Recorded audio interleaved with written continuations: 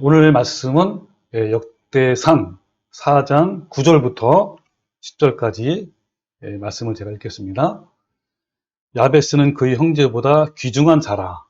그의 어머니가 이름하여 이르되 야베스라 하였으니 이는 내가 수고로이 낳았다 함이었더라. 야베스가 이스라엘 하나님께 아뢰어 이르되 주께서 내게 복을 주시려거든 나의 지역을 넓히시고 주의 손으로 나를 도우사 나로 환난을 벗어나 내게 근심이 없게 하소서 하였더니 하나님이 그가 구하는 것을 허락하셨더라. 아멘. 자, 오늘 이 말씀 가지고 같이 함께 교제를 나눌 건데요. 유명한 그런 구절이죠. 일명 야베스의 기도라는 그런 내용인데, 그래서 오늘 주제가 뭐였냐면 빗나간 내 신앙 바로 세우기 두 번째 메시지고요. 소 주제로는 도대체 야베스 기도의 정체는 무엇이냐, 이 부분을 가지고 오늘 알아보고, 그래서 우리가 진정한 하나님이 원하시는 기도가 할 수 있는 그런 시간이 되기를 진심으로 바랍니다. 그럼 현재 우리 한국 교회가요, 지난 30년간 더 오랫동안 정말 뜨겁게 만들고 새벽 기도를 가기 위해 일찍 일어나게 만들고 또 금요 철학 교대를 열광적으로 모이게 하고 또 그것도 부족해서 기도원으로 또 기도굴로 들어가게 만들었던 원동력이 두 가지가 있어요. 한 가지는 우리 옛날에 배웠던 강청기도이고요. 또 하나는 오늘 설교 내용인 야베스 기도예요. 여기에 기름 부은 것은 조윤기 목사의 불타는 소망기도, 삼중 축복, 삼박자 구원 이런 것들이 있었고, 또 거기에다가 부흥사들과 목사들의 이 가르침이 전국적으로 일어났어요. 그래서 이 한국전쟁 이후에 정말 춥고 배고픈 시대에 이 강청기도와 야베스 기도의 열망과 기대감으로 굶주리고 부족하고 아프고 힘든 분들이 기도실로 또 산으로 골방으로 들어갔어요. 그들의 부르짖는 기도 덕분인지 점점 잘 살게 되었고, 배고픈 시기도 지나고 이제는 정말 풍족해졌어요. 그러니까 더 이상 기도원으로 모이는 사람은 없고요. 운영조차 힘들어서 문을 닫는 곳이 지천이고 새벽 기도는 텅 비게 되었어요. 그런 열광적인 기도가 지나간 자리에는 아무것도 남지 않았어요. 예수님을 닮은 성품이나 또 성숙한 교회나 우리 내면이 변화된 열매는 아무것도 없어요. 그것이 지나간 자리에는 기업화된 교회, 또 목사직 세습, 맘모스 건물, 다툼과 권위적인 목사, 그리고 사회적 지탄만 남았습니다. 이와 같이 이 열광적인 종교인들의 합창은 열광을 일으켰지만 우리에게 성숙을 빼앗아갔고 부패한 탐욕만 드러나고 말았습니다. 이 열광적인 이 종교인들의 합창은요, 인간의 탐욕과 이기심으로 포장된 영적 파멸로 이끄는 욕망의 전처였어요. 몇 년 전에 주일 설교에서 제가 강청기도에 대해서 알아봤는데, 오늘은 야베스 기도가 과연 한국교회에 남는 것들은 무엇이며 무엇이 잘못되어 있는지를 오늘 함께 알아보고 다음 시간까지 이어지겠습니다. 이 야베스 기도가 어떻게 우리나라에 상륙했는지 아십니까? 그 유래를? 바로 브루스 윌킨스의 야베스 기도라는 책이 한국에 번역이 돼서 알려지면서 그때 당시까지만 해도 거의 들어보지도 못했고 알지도 못했던 이 야베스 열풍이 일어난 거예요. 역대상 4장 10절이 바로 야베스의 기도문인데, 이 야베스의 기도의 성경 구절의 액자가 날개 돋는 듯 팔렸고, 또 야베스 기도 구절로 이루어진 복음송이 나오기도 하고요. 기독용품까지도 야베스의 기도문이 적혀서 인기 풍목으로 자리를 잡았어요. 그리고 이 책에 이어서 야베스 기도라는 이름에 유사한 책들까지도 덩달아 출판되었습니다. 그리고 야베스의 기도라는 수많은 설교가 강단을 채웠고, 그 덕분에 야베스처럼 복을 받기 위해서 금식 기도로 또 새벽 기도와 금요 철학 기도회로 몰려들기 시작했어요. 자, 그 내용을 잠깐 보여드리면 첫 번째 나온 것이 바로 야베스의 기도죠. 예, 브루스 윌킨스가 지은 책인데요. 이 아마존닷컴에서 1위를 할 정도고요. 출간 12개월 만에 500만 부를 돌파했습니다. 베스트셀러 1위란 말이에요. 그리고 이 부제가 뭐냐면 내 삶을 기적으로 채우는 기도의 원리라는 또 제목이죠.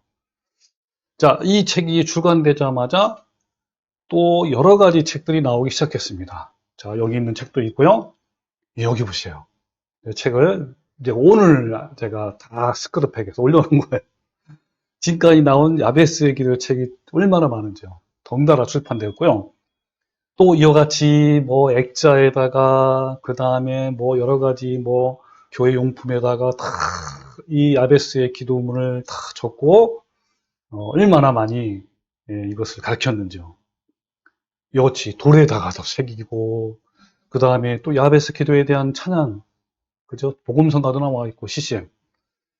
예, 이렇게 정말 열광적으로 한국을 뒤덮었어요. 야베스처럼 기도하면 복을 받을 수 있다라는 말씀에 교인들의 열심은 뜨겁게 달궈졌습니다. 이 야베스의 기도라는 책의 부제는 아까 얘기한 것처럼 내 삶을 기적으로 채우는 기도의 원리라는 내용이에요. 우리의 삶을 어때요? 우리 삶의 기적을 일으키게 하는 야베스 기도가 한국 교회 교인들을 기도의 열광 속으로 들어가게 되었는데, 그런데요, 오히려 이것 때문에 종교꾼들의 실체가 드러났어요. 그 열광적인 기도 속에는 인간의 욕망이 종교라는 포장지에 쌓여져 있었던 거예요.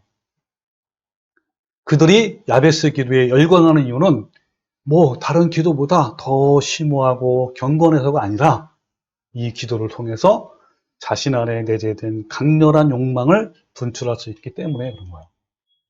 마치 조영기 목사의 삼박자 축구처럼 이 야베스 기도는 자신의 욕망을 채우는 분출구이며 돌파구 역할을 했던 거예요. 야베스 기도는 그동안 한많은 이 민족으로 살아왔던 한국 사람들의 한과 탐욕을 분출시키는 역할을 했습니다. 저도 예전에 새벽마다 부르짖으면서 기도할 때 제가 인용했던 성경 구절이 바로 야베스 기도문이었어요. 왜냐하면 그때 제가 무릎 꿇고 이제 바닥에서 기도했는데 바로 앞에가 액자가 있어요. 그걸 보면서 내가 계속 그 기도문 가지고 기도했던 적이 있었습니다. 어떻게 하면 이 기도문을 가지고 기도하면서 외치기를 저에게도 야베스처럼 제가 드리는 기도가 모두 응답이 되게 해주세요. 라고 새벽마다 부르짖은 거예요. 몸에 질병이 생겨서 고통 가운데 있으면 하나님께 엎드리고 밤을 새우면서 그 질병을 치료해달라고 간구했고요. 나를 무시하고 부당하게 대우하는 원수 같은 사람이 옆에 있으면 매우 간절하게 그 왼수 같은 놈에게 큰 벌을 주고 제거해달라고 또 기도를 했어요. 또 경제적인 어려움이 닥치면 이 문제를 해결해달라고 더 열심히 교회에 충성을 했고 헌금을 더 많이 내기도 하면서 더 간절히 기도한 거예요. 또 직장에서 빨리 진급하고 유명한 명강사가 되어서 돈도 많이 벌고 성공하는 사람이 되도록 새벽마다 기도한 적이 있었습니다. 저는 고난을 통하여 나그네의 삶을 살고 주님을 더 닮아가야 하는데 오히려 안락함과 편안함이 있는 무균실에 있는 그런 곳에 있게 해달라고 그렇게 새벽마다 기도한 거예요. 이런 한국교회의 이런 기도 열풍은요, 오늘 본문 말씀 야베스 기도를 잘못 해석한 결과였고 그 결과 한국인의 무속신앙과 결탁해서 신드롬을 만들어낸 그런 거예요. 그 신드롬은 종교인들의 욕심에서 나온 부르짖음의 합창인데 이와 같이 한국교회에 뿌리 내린 무속적 신앙의 모습을 보면 정말 깊은 절망감을 느끼게 합니다. 여러분, 기도를 열심히 해서 또 기도를 많이 한다고 복을 받을까요? 전혀 그렇지 않습니다. 하나님께 기도를 잘해서 혹은 열심히 해서 복을 받는 것이 아닌 거예요. 기도 이전에 삶이 우선이 되어야 하는 겁니다. 삶이 변화된 사람은 비로소 올바른 기도할 수 있고 그 올바른 간절한 기도를 하나님은 들으시는 거예요.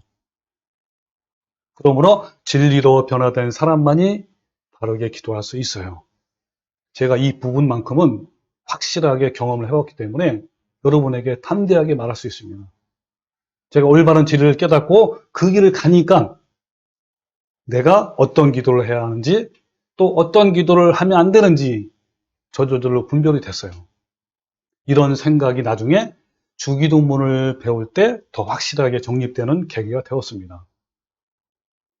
여러분 혹시 본인이 아직 어떤 기도를 해야 하는지 잘 모른다면 올바른 진리를 알고 그 진리대로 자신은 삶을 사는가 이걸 의심을 해보아야 하는 거예요. 자, 성경 구절을 보면요. 여기 보세요. 이사야 1장 15절에 보면 너희가 손을 펼 때에 내가 내 눈을 너희에게서 가리고 손을 편단 말은 손 펴고 기도한다는 거예요. 그리고 너희가 많이 기도할지라도 내가 듣지 아니하리니. 이스라엘 민족에게 이렇게 얘기했어요. 너희가 아무리 기도해도 듣지 않겠다. 울부짖고 부르짖어도 듣지 않겠다라고 했어요. 그럼 어떻게 하면 기도를 들으십니까? 바로 그 밑에 나온 것처럼 로마서 12장 2절에 표준 세번역으로 제가 말씀드립니다. 여러분은 이 시대의 풍조를 본받지 말고 제일 먼저 시대의 가치관, 이 세상의 가치관을 본받지 말라는 거예요. 그리고 어떻게 합니까? 마음을 새롭게 함으로 변화를 받아라. 이 새롭게 변화를 받으라는 것은 우리 마음의 개혁, 혁신, 가로 없는 거예요. 예전에 따라왔던 모든 삶과 가치관과 그리고 구습된 모든 것들을 다 가로엎고 주님 앞에서 새롭게 변화를 받아서 그럴 때 어떻게 하는 거예요? 하나님이 선하시고 기뻐하시고 온전하신, 완전하신 뜻이 무엇인지를 분별할 수가 있는 거예요. 여러분 우리가 주님의 말씀을 온전히 알고 그 말씀을 온전히 따라갈 때 그때 하나님의 말씀은 분별이 되는 거예요. 아무리 공부한다고 분별이 될까요? 전혀 아닌 거예요. 저도 진리를 알기 전에 30년 동안, 30년이 뭡니까? 40년 동안 성경을 읽고 또 암송도 하고 연구도 했지만 몰랐어요. 근데 진짜 진리를 깨닫고 그 길을 가니까 아는 거예요. 분별된 사람만이 바른 기도를 할 수 있다는 거예요. 예, 변화된 사람은요, 신앙에 있어서 집중해야 할 것이 무엇이며 버려야 할 것이 무엇인지 분명한 판단이 있기 때문에 헛된 탐욕에 자극받지 않습니다. 저는 전에 했던 기도를 진리를 알고 진리 길을 걷잖아요. 그냥 저절로 없어졌어. 할 필요가 없고 전혀 하면 안 되는 거였어요. 네, 분별이 된단 말이에요. 그러나 이 종교꾼들은 책상에 앉아 구원과 기도를 완성하지만 성도들은 삶 속에서 완성합니다. 구원과 기도는 지식이나 말로 고백만 한 것이 아니라 자기를 부인하고 자기 십자가를 지고 가는 그 삶의 현장에서 완성되어지는 거예요. 즉 성경에서 지식을 얻지만 그 지식의 완성은 어디에서 완성한다고요? 그렇죠. 자신의 삶 속에서 진행되는 것이 바로 그건데 이 종교인들은 그걸 몰라요. 여러분 야베스 기도 무엇이 문제일까요? 성경과 대치되는 구절이 나오면요. 꼭 앞뒤 문장과 그 구절의 의미를 잘 해석을 해야 하는 거예요. 여러분 야베스가 했던 기도는 그 자체는 옳았어요. 그는 바르게 기도했으나 그 기도를 해석하는 많은 교인들이 오해를 한 거예요. 그런데 야베스처럼 기도한다고 무조건 가난과 고통에서 벗어나 복을 받고 또 존귀한 자가 되고 또 자기 영역을 넓히고 하나님이 자기 편이 되고 환난과 고통을 벗어난다라는 것은요. 올바른 기도가 아니라 그것은 하나의 무속신앙이고 토덕신앙이에요. 근데 많은 종교인들이 야베스 기도에 왜 열광을 할까요? 종교꾼들이 야베스의 기도를 열광하는 이유 중에 하나가 본문 말씀 구절인데 그런 것을 잘못 해석을 했기 때문에 그런 겁니다. 자, 그 부분을 한번 같이 함께 볼게요. 자, 구절에 이런 말씀 나와요. 야베스는 그의 형제보다 귀중한 자라 그랬어요. 네, 누구보다 귀중하다고요? 형제보다 귀중한 자라. 그의 어머니가 이름하여 이르되 야베스라고 하였으니 이게 무슨 말이죠? 그쵸. 엄마가 야베스라고 이름을 줬단 말이에요. 이는 이는이 뭐죠? 왜냐하면 그런 거야. 왜냐하면 내가 수고로이 낳았다 함이더라. 그러니까 이런 거죠. 여러분 이 문장을 보면 내가 엄마죠. 엄마가 야베스 엄마가 어머니가 수고로이 힘써서 애써서 낳기 때문에 그 야베스는 형제보다 귀중한 자이고 또 그의 이름을 야베스라고 진 거예요. 이렇게 되는 거죠. 여기서 이제 존귀한 자가 세 번역에는 존경을 받는 자 이렇게 나와 있고 그래서 이 말씀을 이 종교인들 꾼들은 어떻게 해석하냐면 이렇게 하는 거예요. 야베스가 존경을 받게 된 것은 이어서 나오는 기도 10절이죠. 야베스 기도 내용을 했기 때문에 그런 기도를 했기 때문이라고 하는 거예요. 지금 무슨 말이냐면 10절에 이런 말씀 나와요. 야베스가 이스라엘 하나님께 아뢰어 이르되 기도한 거예요. 자, 두 가지 기도를 했어요. 하나는 나의 지역을 넓혀 주십시오. 또 두 번째는 나로 환난을 벗어나 근심이 없게 하소서라고 두 가지를 기도를 드렸는데 하나님이 그가 구하는 걸 다 허락하신 거예요. 이것 때문에 귀중한 자다라고 이렇게 해석을 하는데 그게 아니라는 거예요. 여러분 그냥 문장만 잘 봐도 여러분 이해가 되죠? 근데 그렇게 해석을 한 거죠. 자, 그래서 인간의 욕망 속에는요, 타인으로부터 존경과 영예를 얻고자 하는 열망이 있어요.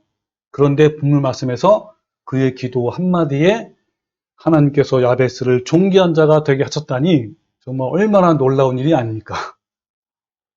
이 말씀을 근거로 해서 대부분 종교인들이 알고 있는 것은 간절한 기도 한마디가 사람을 존귀하게 할 수 있다라고 믿는 거예요.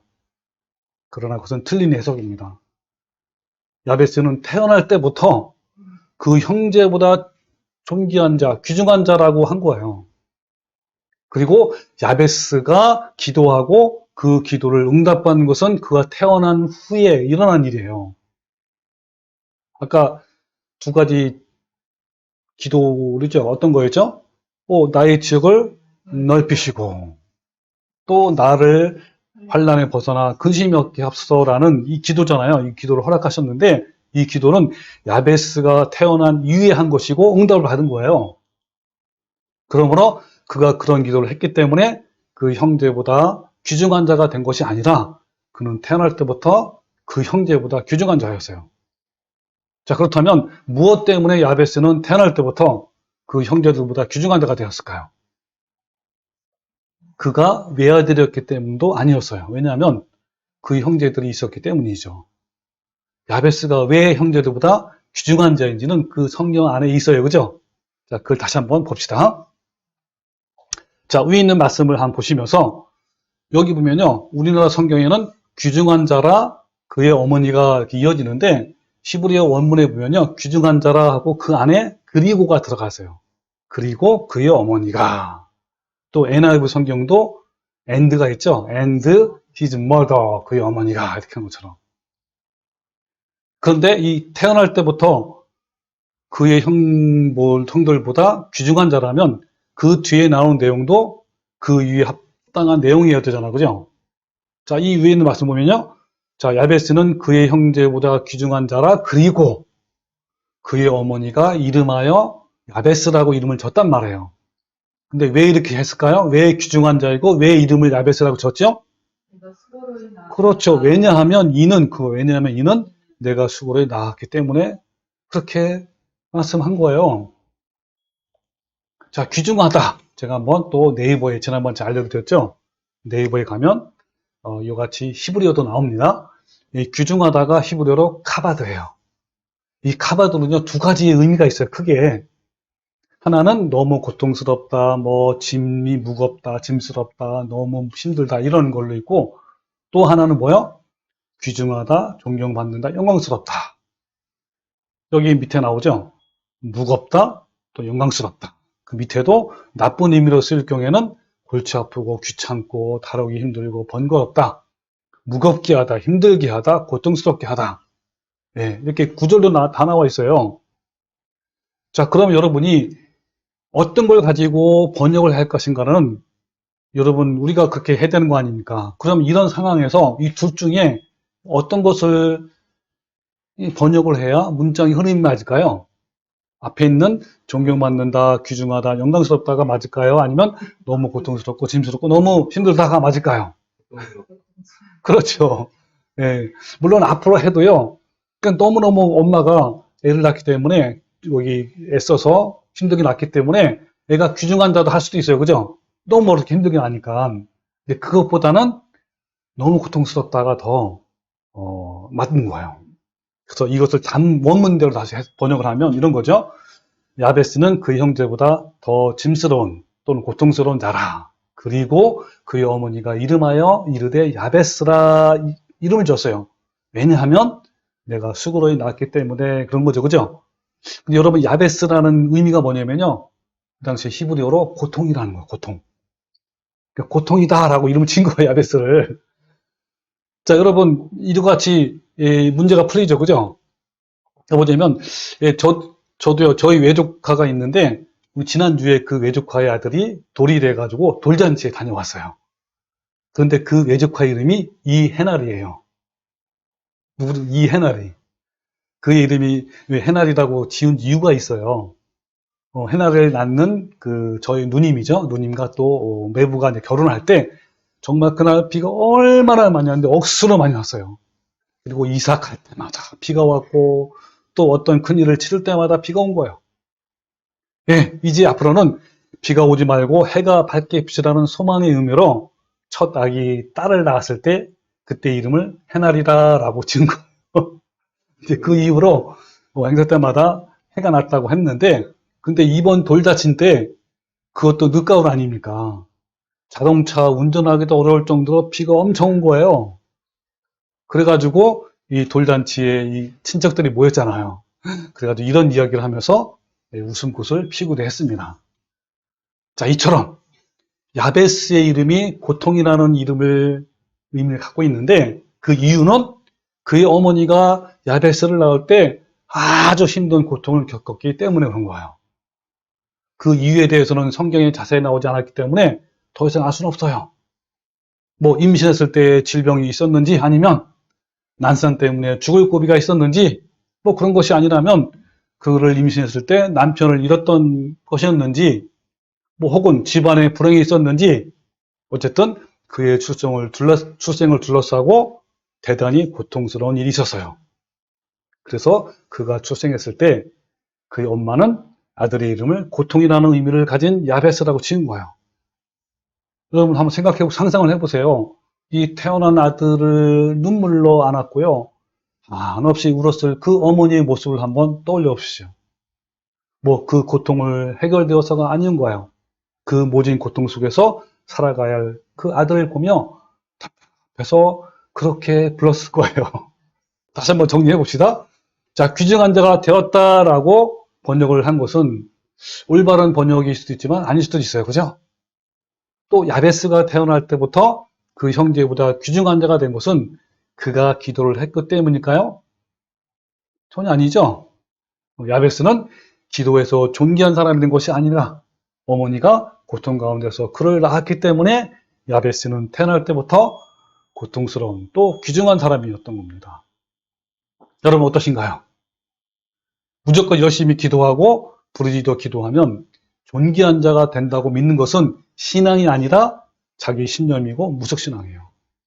뭐 하나님을 강제라도 강권해서 자신의 뜻을 관철시키고야 만다는 이 탐욕의 기도는 기독교의 포장을 씌운 무속신앙일 뿐인 거예요.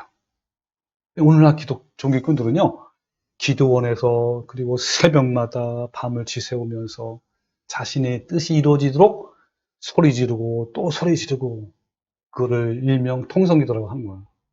그러나 성경은 탐욕과 정욕을 구하라고 하지 않았어요. 오히려 그것을 죽이라고 성경을 말씀하고 있습니다. 자, 볼까요, 뭐냐? 야고보서 1장 4장 1절에 보면 너희 중에 싸움이 어디서 또 어디로부터 그리고 또 다툼이 어디로부터 나느냐? 어디부터 난다 그랬어요? 그렇죠. 싸우는 정욕으로부터 나온단 말이에요. 싸우는 정욕, 이 정욕은 한마디로 말하면 싸움이에요. 정욕 때문에 다투고 막 싸우고 죽이고 하는 거예요. 전쟁도 하고요. 예, 막 살인도 하고 나요. 살인도 하고 그리고 다투고 싸운단 말이에요. 그래서 하나님이 그 정욕을 죽이라는 거예요. 자, 골로새 3장 5절에 보면 다 같이 시작. 땅에 있는 지체를 죽이라. 곧 음란과 부정과 사욕과 악한 정욕과 탐심이니 탐심은 우상 숭배니라. 이것들로 말미암아 하나님의 진노가 임하느니라. 이제 하나님의 진노, 하나님의 심판, 하나님의 영원한 멸망이 임하는 거예요. 이 욕심과 탐심과 사욕 때문에. 아니, 그런데 이 죽여야 할 사욕과 탐욕과 탐심을요, 오히려 기도를 통해서 뭐 얻는다? 뭐 이루어진다? 이렇게 하는 걸 보니 정말 땡땡땡 쳤는데 여러분 뒤에 어떤 말을 하면 좋을까요? 정말 기가 막히지 않습니까? 한심하지 않습니까? 네. 자, 바로 이런 거예요. 여러분, 야베스는요, 출생부터 고통스러운 삶의 짐을 타고 태어났어요. 그러나 그는 그것이 장애가 되지 않았어요. 야베스는 고통을 통해서 영적 성숙을 이뤘단 말이에요. 그는 남을 원망하지도 않았고요. 고통으로 인해 인격이 왜곡되지도 않았어요. 힘든 삶 속에서 그는 바르게 자랐고 바르게 생각했고 바르게 신앙했어요. 환경에 의해 지배당하지 않았고 환경을 바꾸기 위해 애를 쓰지도 않았어요. 그는 엉망이 된 환경 속에서 참 신앙인이 무엇인가를 보여준 거예요. 그래서 그가 했던 기도는 올바른 기도고요. 그 기도 응답을 받은 거예요. 그럼 그 기도의 내용이 무엇인지는 오늘과 또 다음 시간에 나올 거예요. 이 야베스가 얼마나 위대한 기도를 했는지요. 우리가 생각한 것처럼 이런 영광과 번영과 출세와 축복이 아닌 거예요. 정말 위대한 기도를 한 거예요. 여러분, 그래서 그거 했던 기도는요, 올바른 기도란 말이에요. 그래서 응답 받은 거예요. 종교꾼들은 자신들의 탐욕스러운 눈으로 야베스를 보았어요. 그리고 그의 기도를 왜곡시켰고, 왜곡된 그것에 열광하기 시작했습니다. 자, 그러면 야베스 기도에 열광하는 종교꾼들은 야베스의 기도 내용을 어떻게 오해했고, 그 오해는 어떤 결과를 가졌는지 알아봅시다. 첫 번째가 내용이 뭐라고요? 나의 지경을, 나의 지역을 넓히시고 라고 한 거예요. 이 종교꾼들은요, 이 기도 내용을 자신들의 삶의 지경으로 한 거예요. 넓혀달라고. 즉, 물질이나 사역이나 건강이나 성공과 출세, 이런 걸로 잘못 해석해서 이런 것들을 넓혀주십시오라고 한 거예요. 구체적으로 하면, 주님, 야베스 기도처럼 저희 사역을 넓혀주시고 번창하게 도와주세요. 주님, 야베스 기도처럼 저에게 물질의 축복과 성공과 건강과 풍요로움의 지경을 넓혀주세요. 하나님은 야베스가 이렇게 기도를 하니까 모든 기도를 응답해 주셨잖아요. 저에게도 그런 응답을 허락해 주세요. 주님 믿습니다. 라고 기도한 거예요. 저도 이 기도문을 가지고요. 나의 지경을 넓혀달라고 얼마나 새벽마다 부르짖었는지요. 얼마나 세게 기도했던지 목이 쉬어가지고 몇 달 동안 말을 못할 정도였어요. 그때 제가 기도했던 나의 지경은 이런 것들이었어요. 학교에서 승진하는 것. 뭐 학교에 승진하는 건 뭐 부장, 그 다음에 교감, 교장 이거예요. 저는 이것보다 더 뭘 기도했냐면 강사 활동이 이제 전국적으로 번창하고 더 넘어서서 세계로 확장되는 거. 중국에 가서도 강의하고 미국서도 강의하고 이런 거를 기도 많이 했고요. 또 교회에서는 사역자로서 제가 그때 전도사였잖아요. 사역자로서 그 영역이 넓혀지는 것 등등 이런 것들을 많이 기도했단 말이에요. 자, 이런 기도와 응답이 하나님의 자녀로서 마땅한 누림이고 하나님의 영광을 위한 것처럼 그렇게 당당하고 열정적으로 기도했어요. 그렇다면 나의 지경을 넓히시고 라는 의미가 과연 물질이나 자신의 사역이나 건강과 풍요로움, 성공과 번영을 의미하는 것일까요? 같이 한번 봅시다. 자, 첫 번째가 나의 지역을 넓히시고, 그죠? 자, 이것을 이제 개역 개정에는 그 지역은 양을 의미하는 것이고요. 바로 개역 한글 성경, 옛날 성경이죠. 나의 지경을 넓히시고 그랬어요. 저는 이제 이걸로 했어요. 나의 지경을 넓혀달라고. 이 지경은 경계선을 의미하는 것이고요. 또 NIV 성경에는 테리토리, 그래가지고 지역. 그 다음에 KJV 성경에는 호스트, 지경. 그 히브리 원문에는 게불 해가지고 경계라고 했는데, 제가 한번 따보면 이런 거예요. 게불, 발음이 게불이죠. 그리고, 관련된 성경에 보면 경계라는 걸로 많이 사용됐어요. 성경 구절에 굉장히 많이 나오죠. 뭐 영토, 뭐 지계, 뭐 여러 가지로 그 다음에 경계, 한계, 어떤 경계나 영역 내에 포함된 공간, 뭐 이런 식으로 이렇게 번역이 나왔더라고요. 여러분들 성경을 해석하는데 가장 중요한 첫 번째가 뭔지 아세요? 그 당시 상황을 먼저 이해하는 거. 여기에서는 이 당시에 이스라엘의 역사나 문화를 먼저 이해를 해야만 정확히 해석을 할 수 있어요. 그리고 두 번째는 문맥의 흐름. 그리고 세 번째는 지금처럼 원문, 뭐 헬라어나 히브리어를 찾아보고 해석하는 게 좋아요. 여러분, 이스라엘 민족에게는요, 땅이 없어요. 그래서 당시에 지경을 또는 지역을 넓혀달라라는 기도는 말이 안 되는 기도예요. 이집트에서 노예 생활을 했던 그들은 가나안 땅을 정복하라라는 명령을 받았어요. 그리고 모세가 죽은 이후에 여호수아를 중심으로 그들은 가나안 땅을 정복해 나갔습니다. 그 전쟁은 여호수아 11장에 가서야 끝났어요. 그 전쟁이 그 땅에 그쳤다라고 했습니다. 11장에서. 그들의 땅의 분배는요, 이스라엘 지파의 구분에 따라 전쟁 전에 이미 지파별로 정해진 땅이었어요. 그러니까 이스라엘 백성의 지역은 오로지 지파별로 정해진 땅에서 거주하는 원주민들을 몰아냄으로써 그 경계선을 넓힐 수가 있었던 거예요. 그리고 아까 여호수아 11장 이후에는 이미 정해진 경계선과 땅을 절대로 양도하거나 넓힐 수가 없어요. 왜냐하면 하나님이 그렇게 명령했단 말이에요. 볼까요? 자, 일단 여러분 이 지도를 보면요. 여러분 이미 땅을 정복하기 전에 제비를 뽑아가지고요. 다 이미 분배를 해놨어. 근데 이 땅에는 누가 들어가 있어 지금?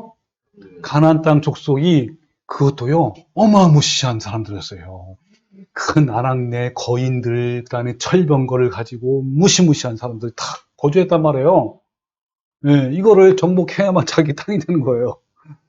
자, 그래서 레위기 25장 23절에 보면 토지를 영구히 팔지 말 것은 토지는 다 내 것임이라. 누구 거라고요? 하나님 거란 말이에요.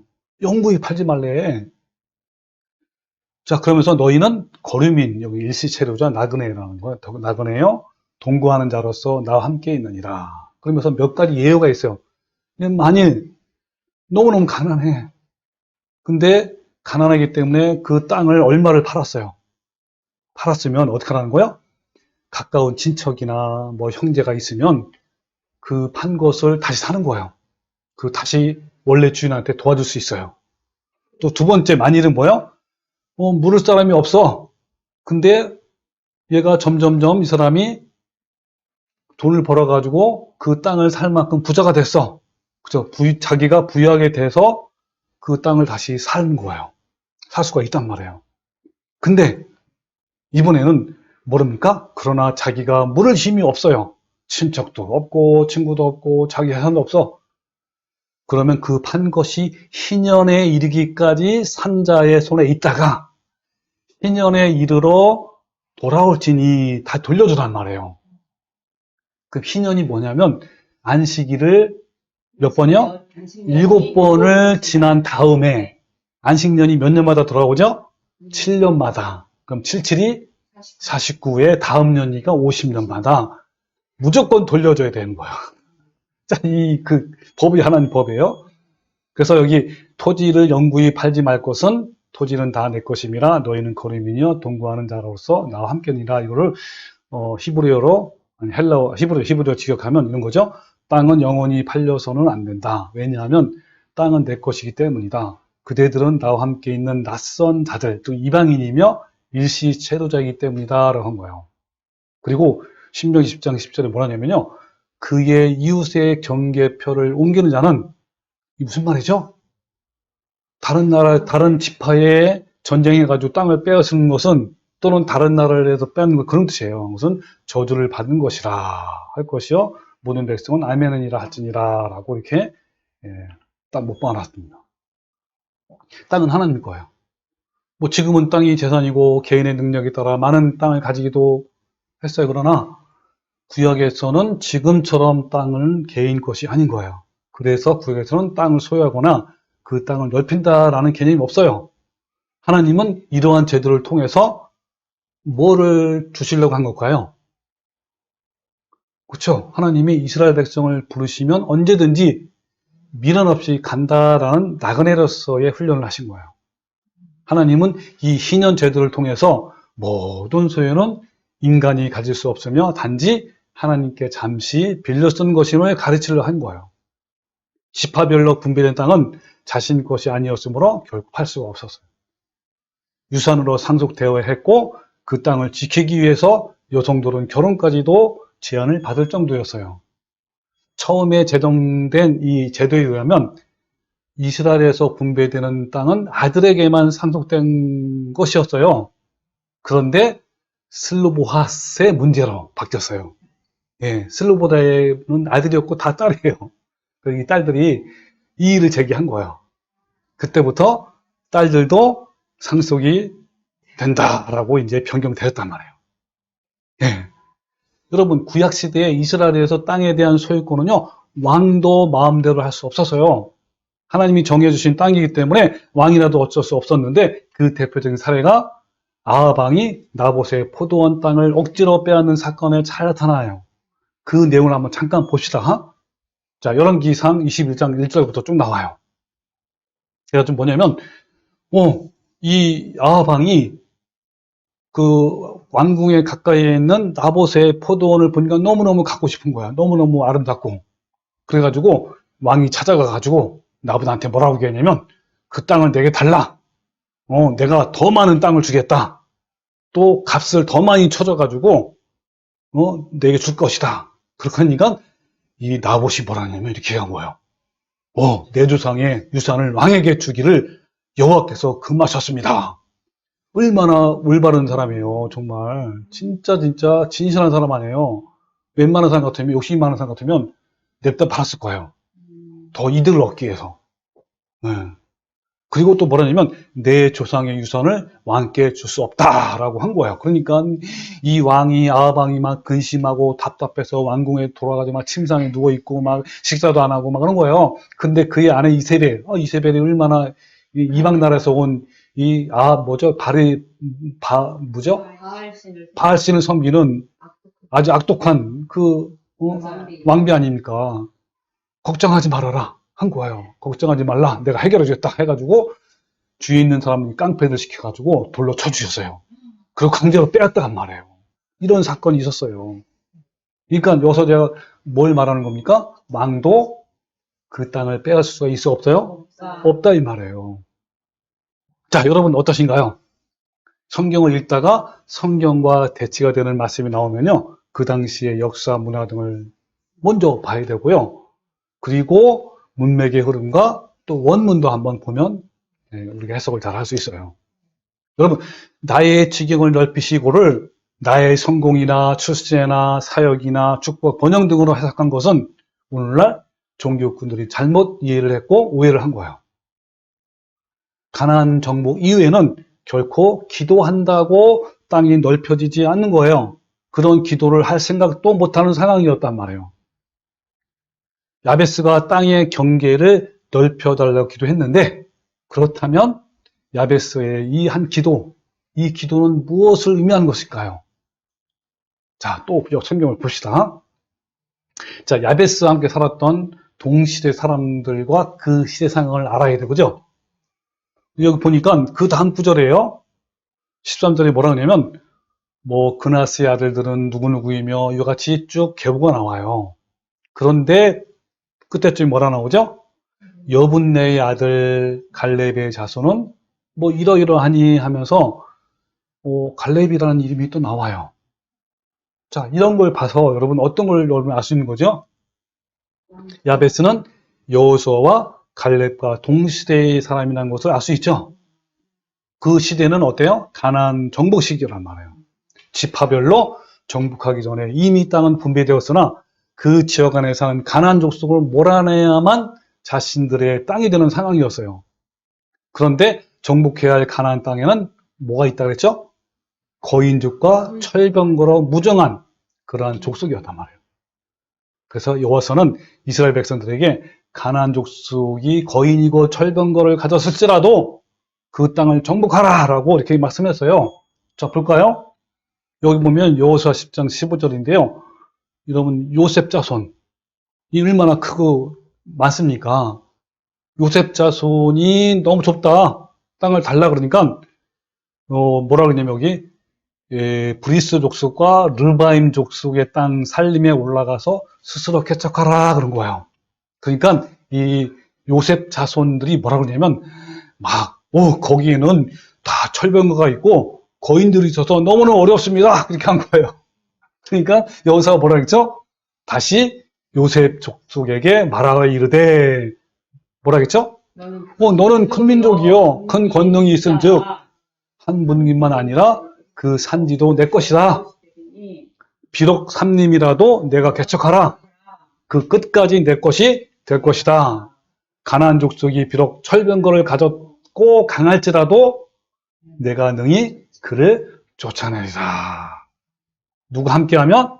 하나님이 함께하면 얼마든지 철병거, 거인민족 아무것도 아니라는 거예요. 이거를 지금 여호수아가 이 40년 전에도 그렇게 정탐꾼에 보고를 했고요. 그렇게 믿음의 말을 했다. 지금도 그렇잖아요. 그죠? 얼마나 위대합니까? 정복하라 이거예요. 그리고 그 다음에 보면 여호수아 14장 10절에 보면 갈렙이 이제 40년이 더 지났어. 옛날에 가데스 바네에서 정탐꾼을 갔다 와서 믿음의 보고를 했잖아요. 그때가 젊은 청년이어서 40대. 근데 40년 이상 지났단 말이에요. 그때 이 갈렙이 뭐라 하냐면 오늘 내가 85세라. 그러면서 모세가 나를 보내던 날과 같이 오늘도 내가 여전히 강건하다.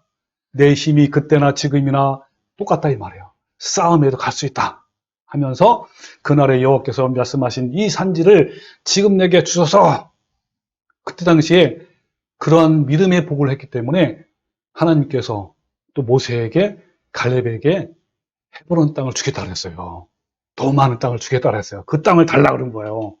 그러면서 뭐라 하냐면 당신도 그날에 들으셨거니와 그곳에는 아낙 사람이 있고 그 성읍들은 크고 견고할지라도 여호와께서 나와 함께 하시면 내가 여호와께서 말씀하신 대로 그들 쫓아내리다. 이렇게 한 거예요.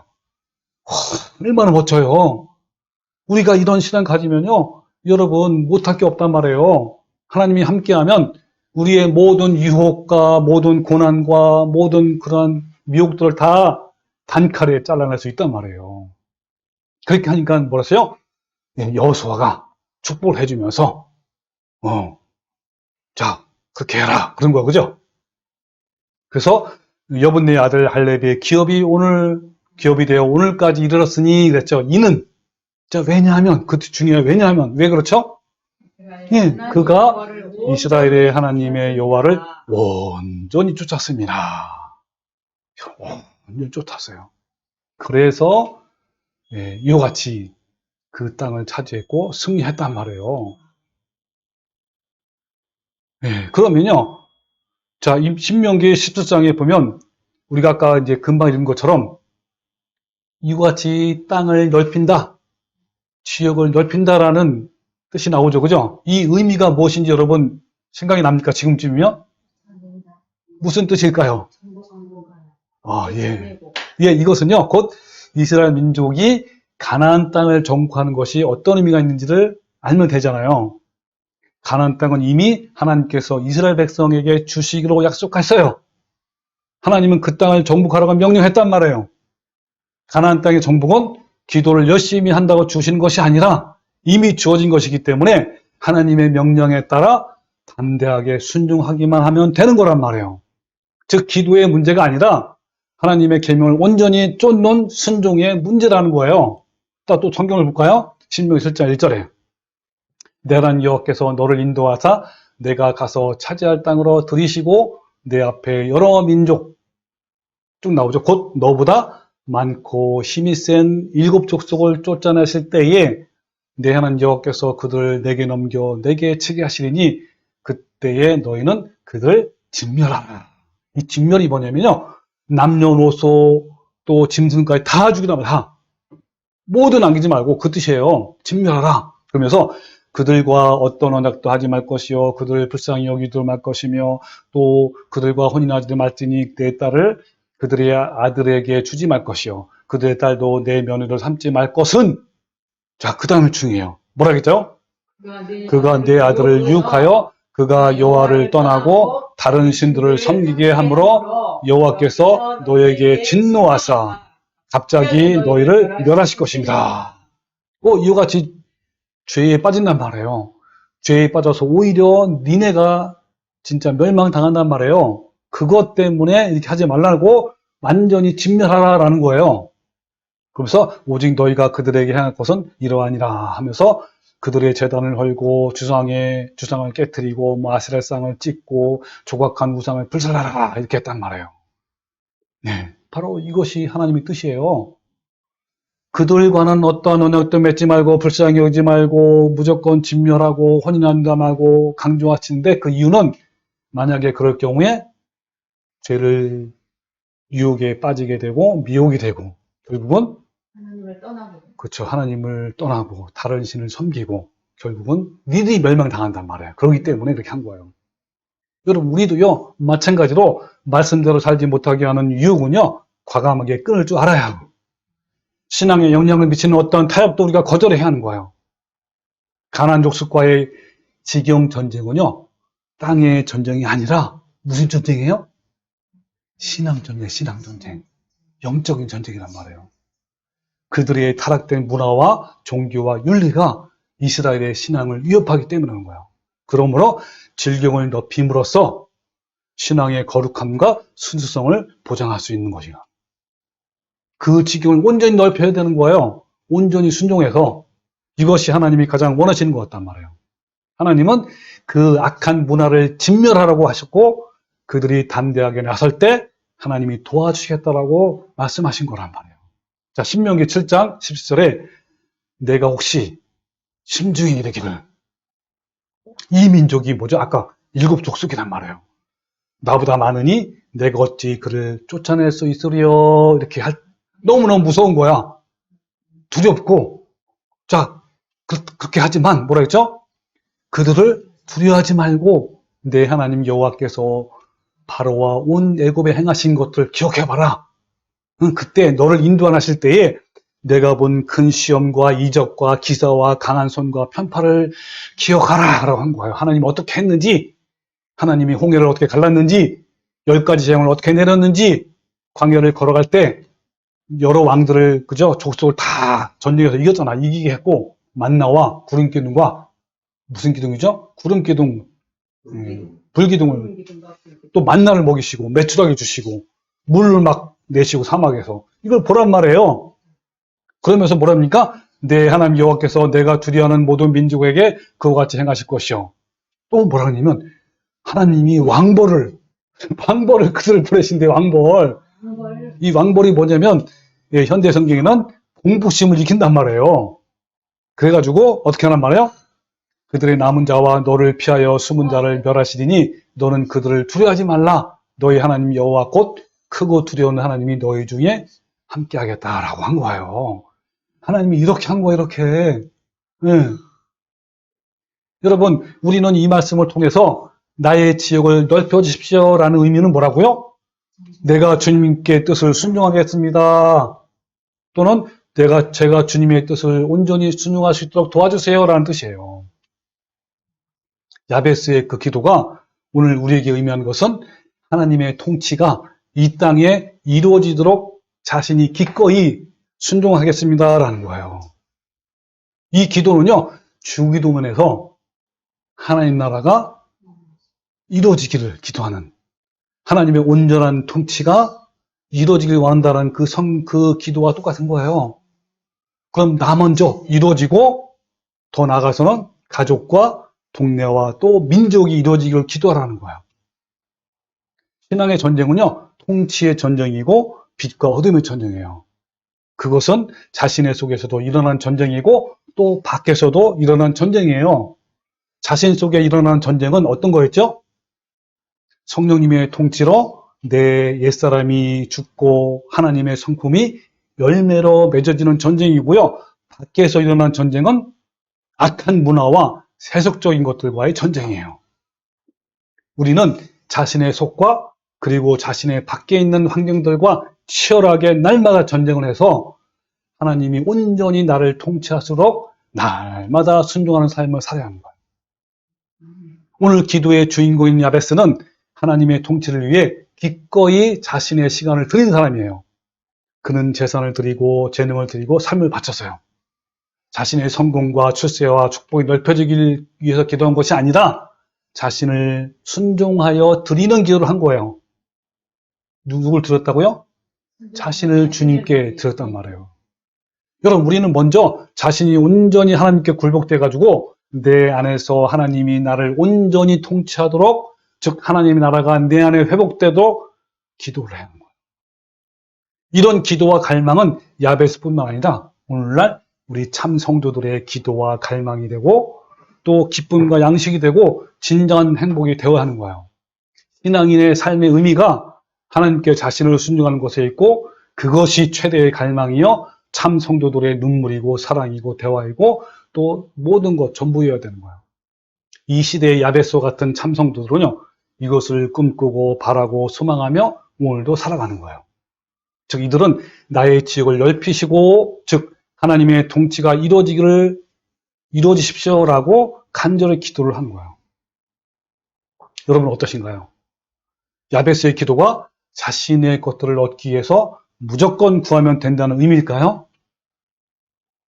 기도만 열심히 하면 야베스처럼 존귀한 자가 되는 것일까요? 전혀 그렇지 않는 거예요. 야베스는 기도에서 존귀한 사람이 된 것이 아니라 그가 태어날 때부터 고통스러운 사람이었던 거예요. 또한 야베스가 기도한 내용은 자신의 성공과 출세와 축복과 만사형통 또 자신의 문제 해결을 위해서 것이 아니란 말이에요. 야베스는 하나님의 통치가 온전히 이루어지도록 기도한 거예요. 야베스의 두 번째 기도 내용 뭐였죠? 주의 손으로 나를 도우사 나로 환난에서 벗어나 근심이 없게 없어서라는 이 말씀은 다음 시간에 알아볼 거예요. 여러분 야베스의 기도는요 참다운 기도가 무엇인지 우리에게 분명히 보여주는 거예요. 여러분 이제 열심히 부르짖기만 하면 된다는 종교꾼들의 탐욕적인 기도와 합창은 중단되어야 하는 거예요. 무조건 열심히 기도하고 부르짖어 기도하면 원하는 것을 이룰 수 있다고 생각하는 것은 신앙이 아니라 뭐라 그랬죠? 자신의 탐욕적인 신념이고 무속 신앙이란 말이에요. 하나님을 강권해서라도 자신의 뜻을 반드시 관철시키고 마겠다라는 이 잘못된 기도는 기독교의 포장을 씌운 무속 신앙일 뿐인 거예요. 오늘도 종교꾼들은 기도원에서 그리고 새벽이나 밤을 지새우면서 자신의 뜻이 이루어지도록 소리 지르고 있어요. 그들의 탐욕적인 부르짖음을 그들의 합창을 멈추십시오. 더 이상 정욕과 탐심을 구하지 마십시오. 여러분 우리 모두 자신의 욕망, 즉 자신의 성공과 출세와 세상적인 축복을 구하는 종교인 되지 마시고 오직 자신의 모든 소망이 하나님의 뜻을 순종하여 하나님의 성품에 참여하는 성도가 되시기를 주님의 이름으로 축원합니다. 아멘. 아멘.